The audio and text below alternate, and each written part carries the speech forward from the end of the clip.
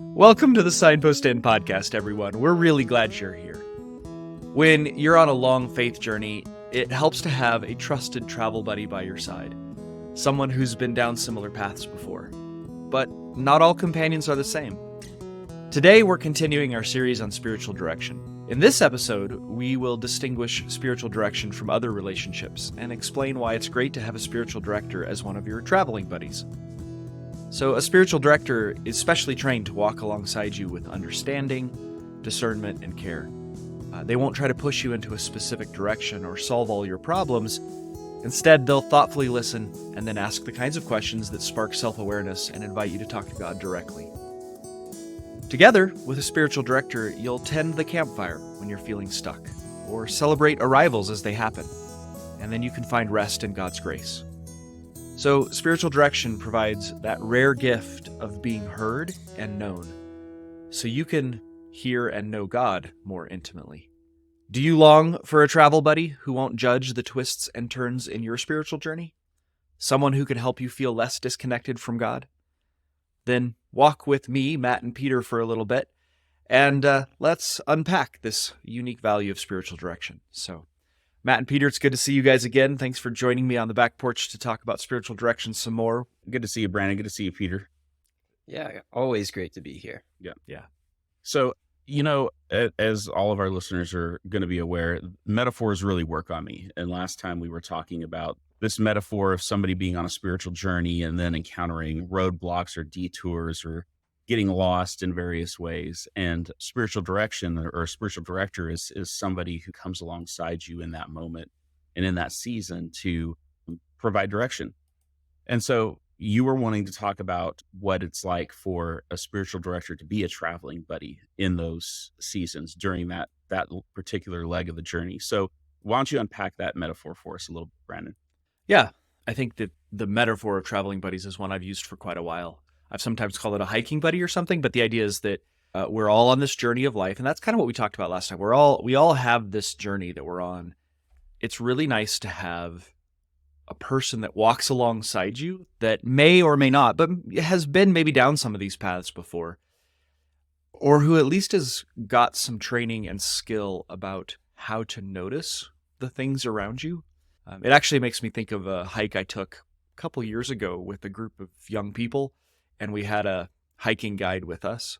And like the hike itself was fun, but what was especially fun was the guide would point out certain views that we wouldn't have noticed or took us a little trail that we wouldn't have noticed. And it was really nice to have somebody who knew what to look for and knew how to do stuff and also knew when it was helpful to take a break. And it was all very helpful. So I think that's the metaphor, is like having a spiritual director is like having somebody who, as you're going through all the stuff that life throws your way, somebody who is paying attention to you and paying attention to God in the mix and trying to help you notice that more often, be more attentive to God, be more attentive to what He's doing on the journey. I think it's like having a second set of, or another person attending to your journey helps you notice God more readily in your own journey. Is that a good start? Yeah, Peter, do you want to jump in and comment on any of that? Yeah, I think that makes sense to me. In terms of my own experience with spiritual direction, that seems to fit with how I've experienced it. I think the spiritual director as another set of eyes and ears on your journey. I think, like what you were saying there, Brandon, a spiritual director is less about directing you and more about maybe calling your attention to stuff that you might have otherwise not have noticed. And I think you mentioned that frequently, Brandon. It's spiritual direction is really not very directive, right? It's not, here, I've got the 5 next steps for you. It's more, let me listen well enough to you to see what's going on and what has taken place in your life. Yeah. There's a joke that I tell. It's not a funny joke, but the idea that spiritual direction is neither spiritual nor directive. And this is my kind of joke because it's just confusing. It's not actually funny. The idea is that I think in today's world, when we hear the words spiritual and spirituality, we tend to think of things like New Age crystals, and it could mean just about anything. So it's helpful to say that spiritual direction, certainly in the context of which I practice it, isn't that kind of spirituality. Rather, it's spiritual in the sense that it's centered on your relationship with Jesus. It's centered on your growth and deepening that relationship with God. The spiritual part of it is noticing that God is actually active in your life, and he's not just an idea. He's not just a philosophy. So it's, in that sense, it's spiritual because it's your connection with the real God. I think it's also spiritual in a much more Christian practical sense, in that it is about your growth as a creature created in God's image. So the fancy theological word for that is sanctification, right? We got to be careful with that word a little bit. It's not about necessarily moral improvement, like here's how you're going to come to spiritual direction to become a better person, in that surface level way of talking, like I got bad habits, I got to fix them. That's not exactly what we mean by moral improvement or sanctification. Because sanctification, in the way I understand it, is really more about growing in trust of the real God, and that then works itself out in the rest of your life. So it's really about that relationship. So that's, in that sense, it's spiritual. It's also not directive, because I think we hear the word direction, we think of somebody being our authority. Tells me what to do, then I do it. But a spiritual director isn't that kind of director. Rather, it's another analogy. Rather than like a soccer coach who teaches you how to play soccer and is therefore your director, a spiritual director is more like a conductor director. In other words, it's directing your attention somewhere and keeping time, and it's noticing what the orchestra of your life, so to speak, needs to hear, or what parts need to be playing, and encourages that part. I'm messing with that metaphor a little bit, right? Because the conductor is a little more authoritative. But so I would like to say it this way: like a spiritual director, rather than directing you on what to do, does more directing of your attention. Yeah. Which is why Travel Buddy is a great metaphor. It's a tour guide even sometimes. Like, I'm not here to tell you what to do, but I can point out and be like, oh, look, there's the Eiffel Tower. Yeah. I think that's one way that we might actually be losing some of our, mainline typical American evangelicals, because I think for those people like myself who have grown up in that world, you're familiar with things like pastoral care or counseling, and you're familiar with things like discipleship, right? Yeah. Every denomination has their own like discipleship model. And sometimes that's very programmatic. Sometimes it's like taking a course, right? Coursework. And everything you're saying is not like either of those. And so it's like, well, then what is it? What are we doing? Is it discipleship? It sounds like you're kind of saying no. Right. It's not like discipleship in the ways that I think most of us are familiar with.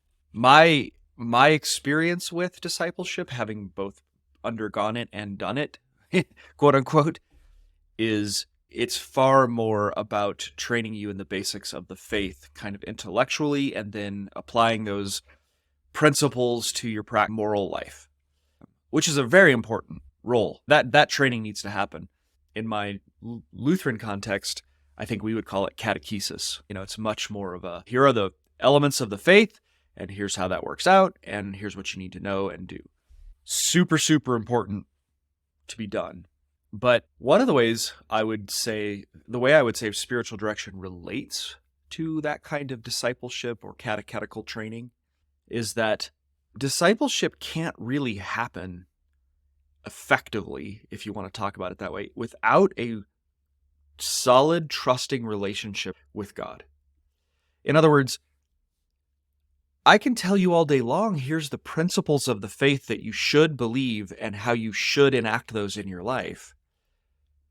But if those principles and directives are not coming from someone who you perceive as being loving and who cares about you and who wants the best for you, then it's not going to have any effect, because you're not going to follow it. You don't care.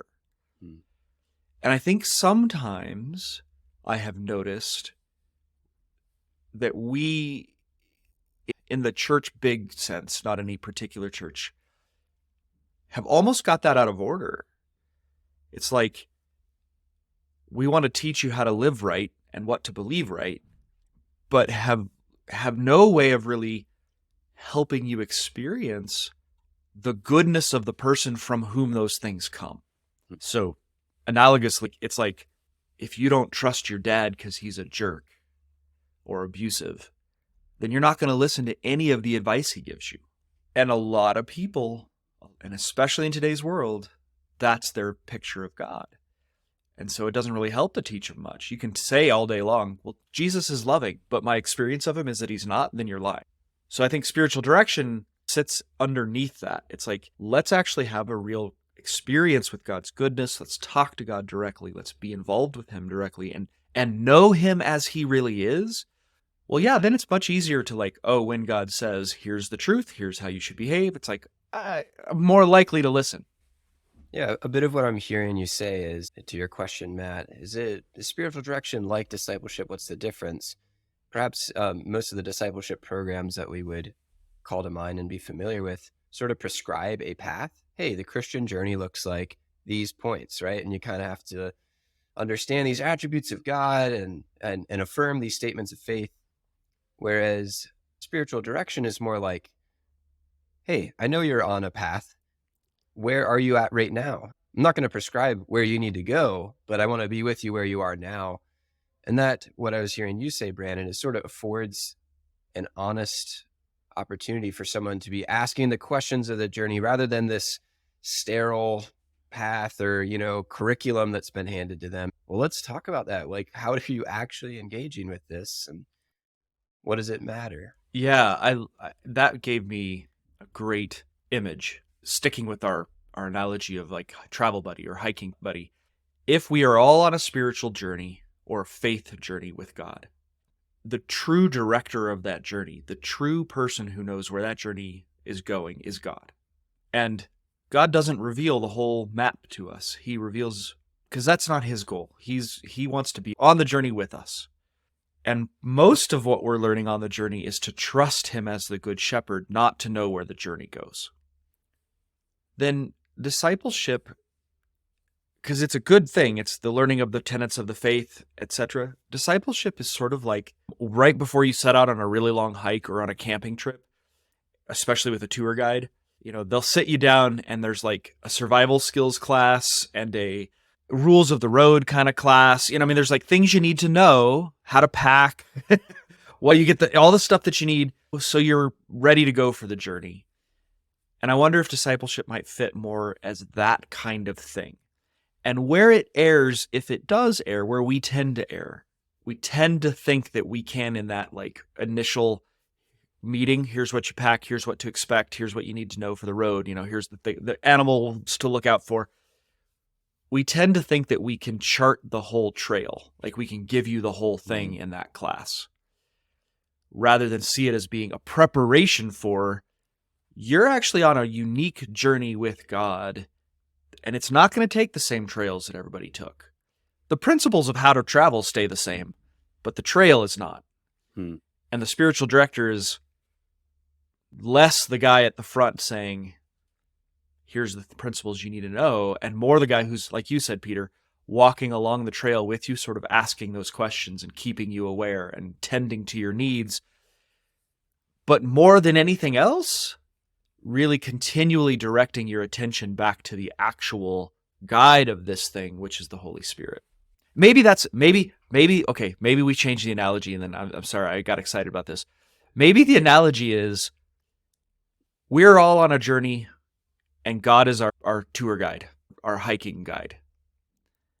And your spiritual director is like another person in the party with you, who's sort of like, hey, look over there, the tour guide's walking that way.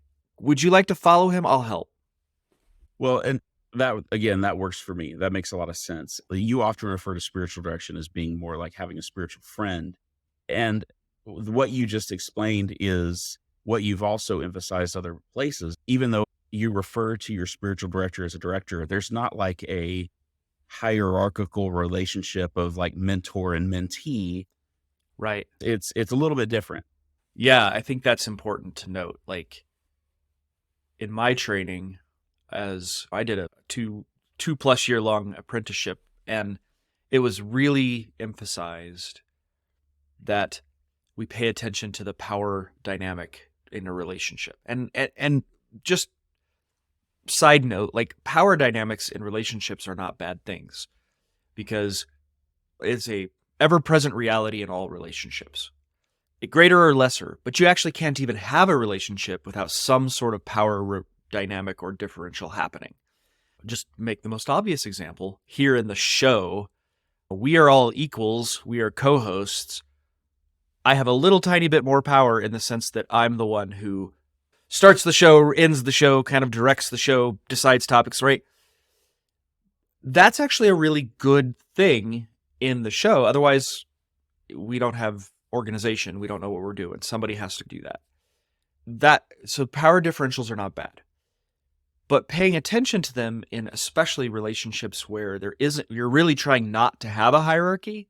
So how do we do that even here, right? Like, well, we hand things over. I try to hand things over when it's appropriate to do so, and let you guys lead when it's the right thing for you to lead. I think that's really helpful in understanding spiritual direction. So in a discipleship relationship, you have a mentor or a discipler. In a counseling relationship, you have somebody who's the expert. And in both of those cases, they tend to have more of the reins on the conversation. And I think there's a descending order there, right? Like in a mentor-discipleship relationship, the discipler, the mentor, is pretty much the guy in charge telling you what to do. In like a counseling and therapy session, they try to give you far more power in that relationship and walk alongside you, but they typically are going to give you homework. They're going to give you some instructions. They're going to ask you to do things. And you're following their lead, even though they've descended down from the hierarchy quite a bit. In a spiritual direction relationship, we just kind of go down even further. Yeah, like, I lead a little bit in the sessions. I'll open them, I'll close them. You're here because I have an expertise in some sense, a skill, but that skill is trying to be just your skilled companion, not your skilled leader. Does that make sense? Yeah. It does make a lot of sense. And I think in some ways that almost makes it sound much more inviting than the typical thing that our churches offer in regards to spiritual counseling or discipleship, because it does feel like, well, I wouldn't be here if I wasn't in trouble or if I wasn't failing in some way. Oh gosh, I think that's such a brilliantly important point to bring up. I have a friend who is a spiritual director, and we were chatting about, like, why do spiritual direction? Like, who needs it? And I asked her something along the lines of, like, well, why do you need to go? Why do you want to go to your spiritual direction? And she's like, I go to spiritual direction because I don't need any more help. I have a therapist. I have my church. I don't need more help. And what she meant by that is exactly what you were saying. It's like, one of the barriers to going to therapy is there's a real admission of, I need help. And go back and listen to our episode about the 3 hardest things to say, right? I think the goal, what I want to create in a spiritual direction environment, is that you don't need to need help to be here. You don't need to be less than. You don't need to come in and be like, oh my gosh, I got to go to the expert because I'm in a state. Now, you certainly can come in and be like, I'm in a state. But what you're going to be met with is not somebody who's like, good, a project to be fixed. Let me help you. You're going to be met with somebody who's like, yeah, you and me too, man. Hey, we are in a state together. How about we ask God what he thinks about this? But you can also come in and be like, I don't need more help. I don't need more advice. What I want is just somebody to listen to me as I talk. Funny quick thing. I have kind of approached my own spiritual director this way and been like, I have to trust that you're just willing to listen. And so I need you to just listen. I just need you to just not talk. Just listen. Because I don't need any advice. I don't need any help. I don't need to be told anything. I just want to talk. Yeah. In that vein of talking about having a spiritual friend, having somebody to listen and talk to, if that's the case, what's the relationship? What's the role? What are the rules for the relationship? It seems like it's a little ambiguous as to what we're supposed to be doing here. Yeah. In my typical annoying way, I want to say, yeah, if you are a person who feels like the journey of life that you're on with God feels a little ambiguous and you're not entirely sure what's the next step, yeah, welcome to, that's pretty normal.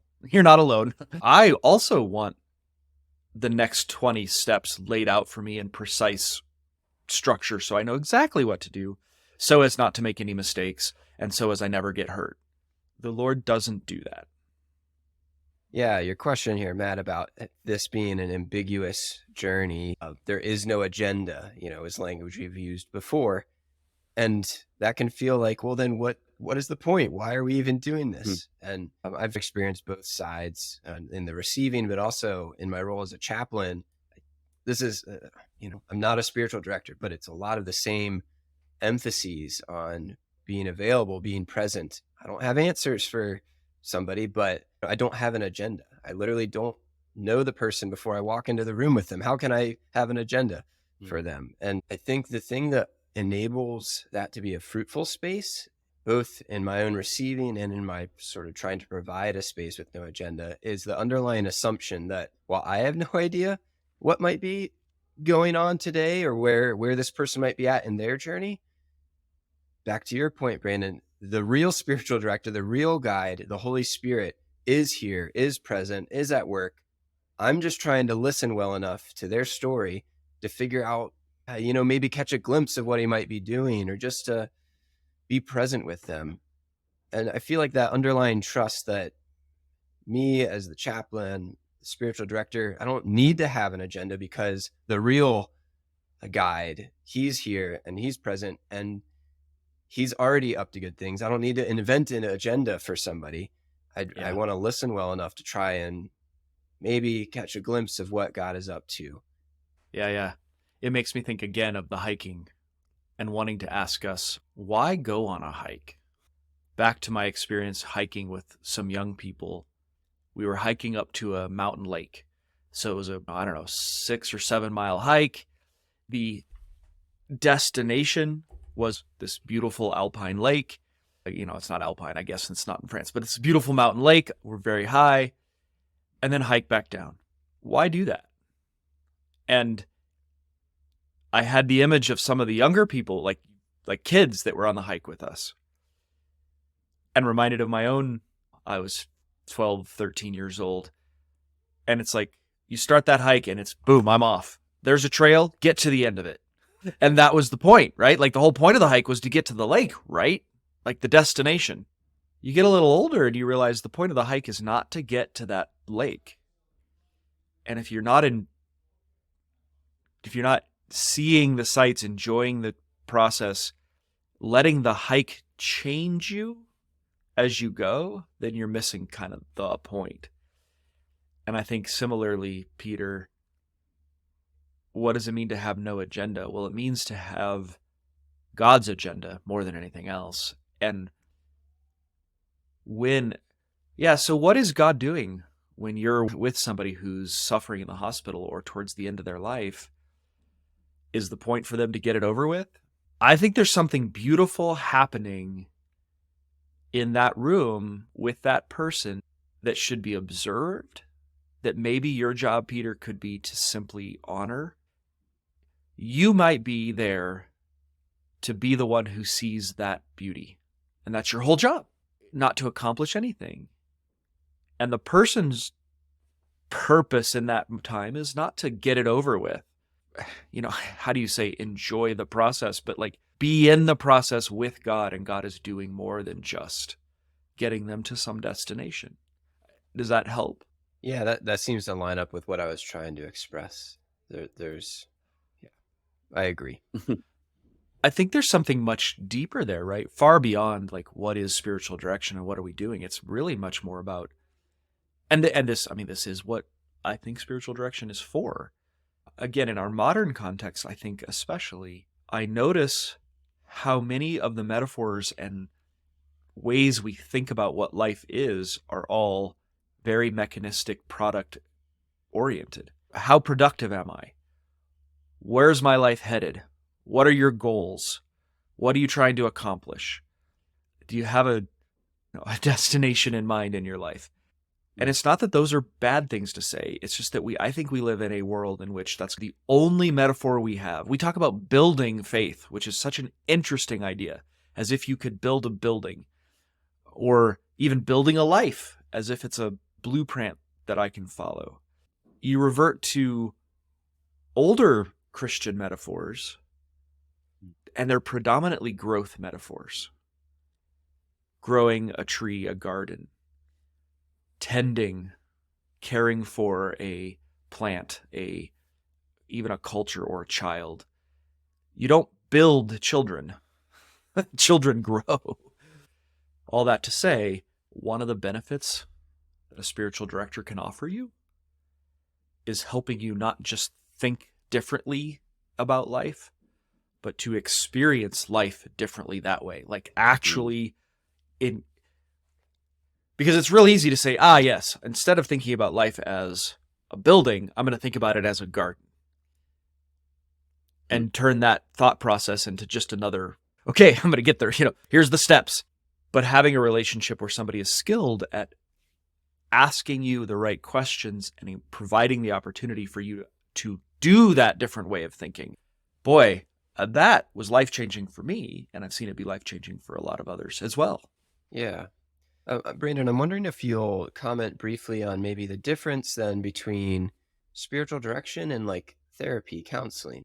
We, even as a team, sometimes in just explaining it in layman's terms to others, will kind of start and say, well, spiritual direction is kind of like counseling, but not really.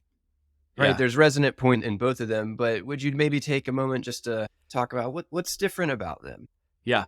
And we obviously have to be very careful with that because it's kind of like counseling, but it's definitely not, right? I am not a therapist. I am not licensed as a therapist. I can't offer official counseling by any means. But like discipleship, there's overlap. Like, yes, there's a relationship here where somebody is doing a little bit of directing. In spiritual direction, I'm directing your attention maybe. And we talk about the faith. Similarly with counseling, the overlap might be we're going to talk about your emotions. We're going to talk about your history with your family, your history with your experience. You're going to get to know yourself in a deeper way, noticing patterns and things in your own life. So I think of counseling or therapy, it's the reason it's so valuable is it's like they're like doctors. They're experts in a particular thing you go to when you have a problem. Just like you go to a doctor if you have a broken arm, they diagnose, prescribe, and help. You go to a counselor and they diagnose, prescribe, and then help. And there is a very structured goal that you're trying to accomplish. Most recently in my own therapy, I went in, said, I'm dealing with so much anxiety, I need help. My therapist was very helpful and kind, but we started off with an assessment, and then we had, he has a 10-point scale, and he says, it's all subjective, but it's still there. And he's like, okay, we're at a 3, and 10 being where you want to be, 1 being where you don't want to be. We want to move up. Where are you right now? 3. Okay, our goal here is to get you to at least, a 7. Over the next 6 months, we worked a lot. We did another assessment. I was, generally at a 6 or a 7, and we're like, okay, I think for now we're done. We accomplished the goal. I learned a lot of skills. I don't think you do that. We don't do that in spiritual direction. You're not going to get an assessment, and we're not going to give you that goal because, again, would you do that with your hike? How far along the way are we? How much of this hike have I enjoyed? It's a much longer term, much less. I don't set the agenda at all. In fact, I'm just there to help you discern what God's agenda is in this moment. And that changes over time. God is also not interested in fixing your problems right here, right now, and then being done with you. Because his goal is much bigger. His agenda is a whole life with you, spent with you. And I think that's a big part of this. Let me direct your attention to the fact that God is wanting to spend your life with him and his with you. As you're going there, you're building in my mind, another metaphor, right? And it's this concept of It almost sounds a little bit like some of the classic fairy tales, and the thing that's actually coming to mind is The Golden Key by George MacDonald. And in Mm, the main character just goes on a very interesting journey that was fantastic, is a fantastic journey. And it sounds like spiritual direction is an open invitation to say, let's come explore this fantastic world. It's wild. Sometimes the rules that we're used to are flipped on their head, but you're not going to be the same after it. And you're going to encounter God. And in a lot of times, those old fairy tales have various imagery that they do of this enchanting person that they encounter. And it's, I don't know, what you're saying is sort of sounding like this invitation of, what if there was an ability for you to step into that fantastic world and come away more alive? yeah. When you return to this world, you're a different person and you're transformed and you're never going to be the same again. I love it. I guess I would only shift the analogy to just that the fantastic world is actually the more real world. Sure. Yeah. And spiritual direction can be a way of being invited to notice that you're in that world all the time Hmm. and to grow into that, to be more aware that I am in a fantastic journey with a good God. So the question I get from a lot of people, and this sort of transitions us, but the question I get from a lot of people is like, well, why do that? How is it actually going to help me down the road? And what's it going to do for me? And again, sort of tongue in cheek, I want to say, well, then you're not the right person for spiritual direction. Because if at this point in your life, you're still saying, give me the 5 things that are going to benefit me. There's discipleship, there's counseling, there's a lot of other very good things that might answer that question. But when you're ready to be like, this paradigm isn't the only paradigm about that is the way to think about the world, and I'm hungry for something more, let's talk then. Maybe that's when you need to kind of, there's got to be more than just the 5 steps, right? So, Brandon, we're kind of focusing in on the way that spiritual direction is a space with no agenda. Another phrase that comes to mind is like, you can come here and there's no holds barred, right? Yeah. You can, wherever you are right now, we'll be with you. But Yeah. it strikes me as it might be important to acknowledge, in a space that is as open as that, are there important boundaries that need to be, that, Right. are there boundaries? Should there be boundaries in Yeah. such an open space with no agenda? How does Right. that play out in your own practice of spiritual direction? Yeah. Yeah. I think, like power, boundaries are necessary in all relationships for a healthy relationship, right? Like, we have talked a little bit on this show, but we're familiar with the idea of codependency in a marriage or friendship, which is, you could describe that sort of as being a relationship with no boundaries or very bad boundaries, where my identity and your identity are tangled up in unhealthy ways. So in codependent relationships, if I'm the one who's providing for the need, I need you to be needy.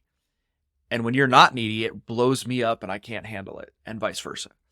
And that's an example of a very unhealthy boundary, even in a friendship or a marriage. So I think every relationship needs to have healthy boundaries, because a healthy boundary sets the stage for where you're safe. So yeah, in a spiritual direction relationship, there are healthy boundaries, or at least that's how we try to structure the relationship. So really practical, simple things to start with. We time limit it. The reason you time limit the session, usually to an hour, is, I think this is really relieving for somebody like me who feels like I'm a burden to everybody I talk to. I have so much sadness and anxiety and melancholy in my life.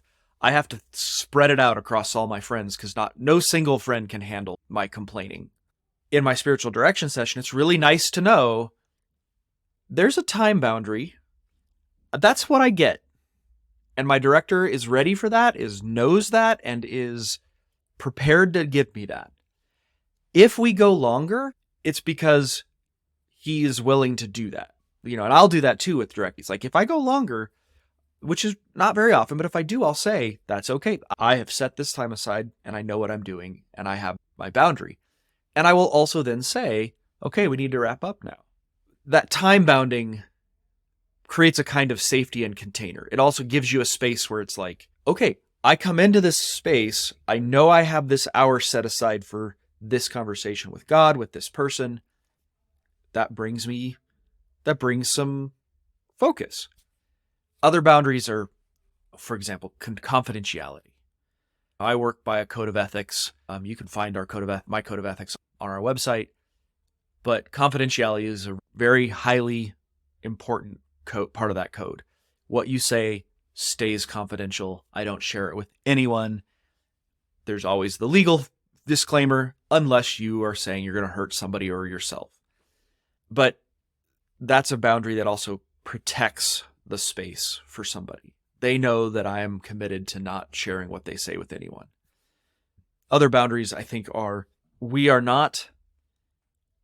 We can be friends outside the room, but we have to protect that. We're not going out for coffee and just hanging out and without a little bit of care about how that relationship happens. We look out for what we call dual roles, right? So I won't be Peter, you and I started in a spiritual direction relationship.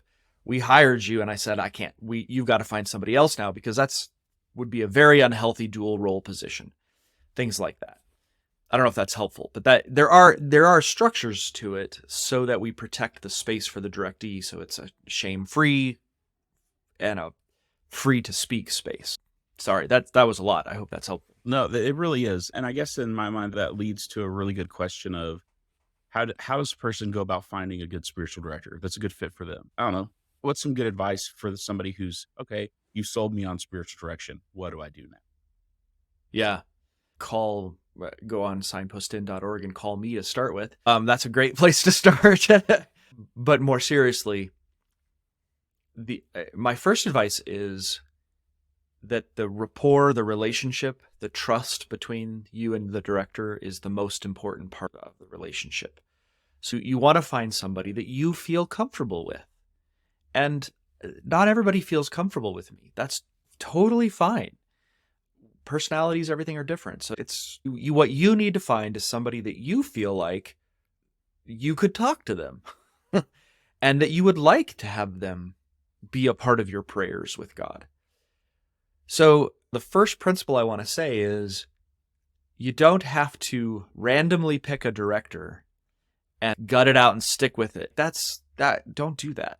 You can, and every spiritual director I know will give you a session for free totally just to get to know each other. And wisely will then also usually give let's try 3 sessions together. That's how I do it. Mm-hmm. So that we can both at the end of this process discern, does this work for us?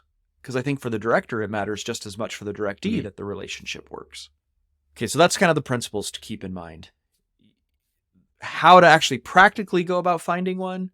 Well, yeah, first of all, even if you don't want to do direction with me, I have a couple networks that I can point you to where you can find directors and try them. The organization that I did my training with, Anamkara, has a whole bunch of directors connected with that I can connect you to, and you can try them. There's also an organization called ESDA, which Evangelical Spiritual Directors Association. I'm a part of that association, and they have a website with just a giant list. You can go and search by location, all kinds of different cool things, and then you can just try them. I would say, though, I want to add to that. One of the questions I received recently was, why would I get a spiritual director? Isn't that just what a good friend would do? If I had a really good friend, why would I get a spiritual director? And I have 2 thoughts on that. One is, if you have really good friends, and I want to be careful that I say plural, friends, plural. If you have really good friends who really are skillful at listening, not giving advice, directing your attention to God, not just encouraging you in the same ways you've always been encouraged, but asking those questions that might help you think differently and see God differently. If you have those friends, yeah, then you probably don't need a spiritual director. I think, great. Now, that being said, honestly, ask yourself, do you have those friends? And then, would it hurt to have another one who was specifically and specially trained and specifically and specially being like committed in your relationship to being single-mindedly focused on helping you notice and grow with God? So even if you have those friends, it's nice to have this person who is set apart. Let me just point out something here. This is part of the reason why I have adopted the model of actually being paid as a spiritual director. There's a lot of debate about whether you should be paid or not in the spiritual direction world, because ministry people we have our issues. But I think that creates a boundary that creates safety and also creates trust for a couple of reasons. One, if you pay your spiritual director, so you have these really great friends who listen and work with you, right? That's wonderful. I have those friends too. My experience is it's very easy for me to start thinking about, I am such a burden to them. And what have I done in exchange for them? And can I really trust them? And what if they tell their friends? And so there is this ambiguity about that relationship that sometimes gets in the way. Whereas if I'm paying my spiritual director, which I am, look, he's got a code of ethics. He's got these commitments that he's made to me. I pay him. There's no question as to whether or not in our friendship, do I need to ask him out to coffee today? When was the last time I did, nope. The paying him is a really powerful, he has committed these things. I pay him. The relationship is clear. I can set aside all those worries that come with the complications of just being a friend. The other thing that it does is, for me, and I think for most of us, if this is worth something, then it's worth me spending something on. And I find that to be a really powerful, don't think of this as transactional, but it's more like, I want to be focused on this. I want to be growing in this way. I want God to be somebody to be talking about helping me notice God. This is worth some of my something. Money, time, effort. This is worth something. And it's just, again, it creates that value here of this thing. Anyway, I don't know if I got off track, but I think that's a helpful point to make. Yeah. And I appreciate you saying that, because it doesn't lower it to being, this is just a exchange. This is just a social contract where I'm paying for services. It doesn't quite take it down to that level, but at the same time, it does clarify the role and the expectations there. Because I'm always second guessing myself of oh man, I need to hang out with so-and-so because we haven't done so in a long time. And if I don't, it's going to harm the relationship or something. I mean, it does introduce its own complications in other ways when you pay for this kind of a service, but those are far less in my mind than the benefits. And that's the primary benefit for me. It's look, dude, I'm paying you to listen. So buckle up, because here it comes. You know what I mean? And I just feel a lot more freedom to be able to be yep. Yeah. Okay. So maybe a good way to wrap up would be to give an example or just explain what a typical spiritual direction session is going to look like, so people who are interested know what they're getting into. Yeah, great question. So the honest answer is it's going to look different with every spiritual director to some extent. They all have their own kind of ways that they like to run a session. So that's part of as you go exploring, you're if you're sitting here today going, I'd like to try this, one of the things you'll notice is different ways and personalities might fit you better because they leave the session a little bit differently. But in general, and then I'll be more specific about mine, in general, they're pretty simple. They start with a prayer or some sort of opening. Then the floor gets turned over to you, and you get to bring into the session kind of whatever you want to bring. And then the director skillfully asks questions to help you explore and tell the story more fully, whatever this may be. So you may come in and say anything from, I'm really mad at God this week because things didn't work out the way I wanted them to with this situation in my life, or God feels really distant right now, or my dad died and I'm sad, or I'm having struggles with finances and I'm scared. Literally anything. And the director's begins by like unpacking that story. How do you feel about it? Tell me more. And the purpose of that, more or less, is to ask that question, Peter, like, where are you? Let's orient ourselves. And then the director will typically at some point start turning to, well, where's God in this? And turning your attention to God. That's very general. In my particular case, I typically we light a candle as a signifier that Jesus loves us and is present with us. Then I will take a moment or two of silence that I guide people through, and there's different exercises, just different little, sometimes it's just noticing, resting, sometimes it's being grateful. I'll guide a little short kind of silent practice with a few minutes of silence or seconds of silence so that our bodies have a chance to transition from that world to this space. And I'll typically read a psalm and then let you take as much silence as you want after that psalm or reading. Some people immediately start talking. Some people stay silent for 10 minutes. It just depends on what they feel like. And that's when I've handed it over to you now. Now it's you and God time. And then we just follow the conversation where it goes. I do what I was saying earlier. When you get close to the end, I'll usually be like, we've got about 5 minutes left. How would you like to wrap this up? Or how would you like to end? And we usually end with me praying for the directee. I usually ask that question at the very end. Can I pray for you before you go?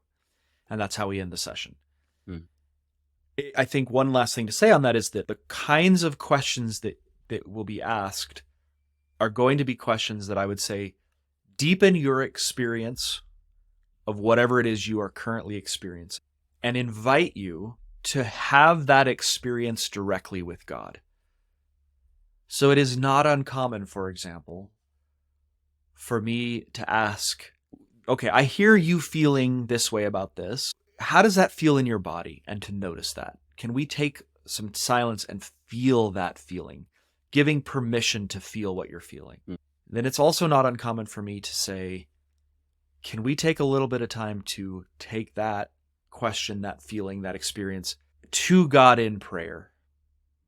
Either silently or we can pray together out loud, but whatever you're comfortable with. It's pretty common for me to ask you to pause and acknowledge God's presence in whatever it is and bring it to him directly. And usually I just keep my mouth shut after that. It's you and God at that point. And if you want to say what God does or not, you can, but I feel at that point it's my job to support you in that prayer. So I hope that's helpful. It is. And, honestly, in a certain sense, what you just explained might sound a little bit intimidating to some people, because I think a lot of people get so used to the image that we project into the world as a protective mechanism, as a survival way of being like, I've cultivated this image in order to keep from having to going deep and to keep from being exposed and people seeing the inner self that I personally experience and know is just a wreck. And everything you just explained there is a vulnerable place of taking that off for a period. And it's kind of scary. Yes. However, here's a really key difference, I would say, between spiritual direction and something like therapy or counseling, because I think there's a similar, why do we not want to ask for help to a counselor is, I think, largely because of that. Because that exposes me in a way that I'm pretty uncomfortable with being exposed. In the spiritual direction space, one of my most important jobs is to set guards at the doors of shame. In other words, shame is not allowed in this space. And one of the ways that I do that is I don't require vulnerability. And this is a really powerful part of what spiritual direction does.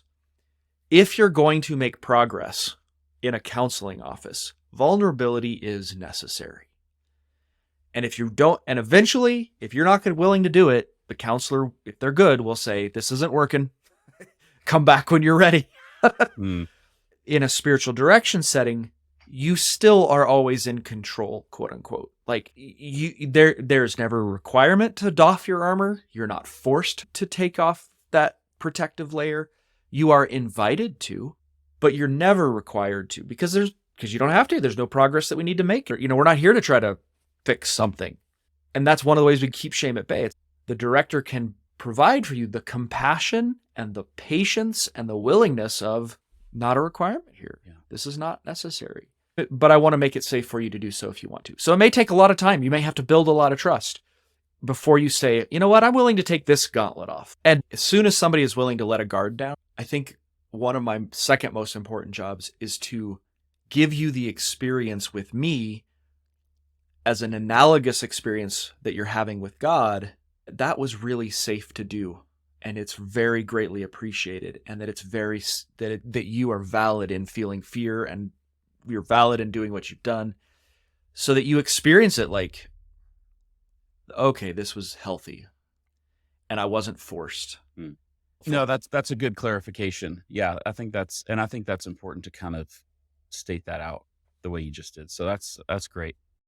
Peter, any final thoughts from you?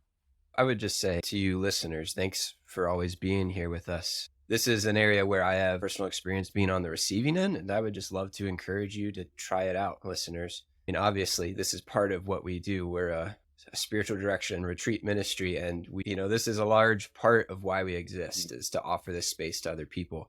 And so, of course, we're going to invite you to. But really, just on a personal note, I have so needed a space and continue to need. I still have a spiritual director. I need a space where somebody is helping me notice God. And it's a gift. It really feels like a gift. And I really would pray and hope that it would be that space for you too. And I'd really encourage you just to take a jump, try it out, see what it's like to have a traveling buddy with you on your own unique faith journey. Love it. Yeah. And listeners, thank you. And may the grace of Christ go with you wherever the road takes you.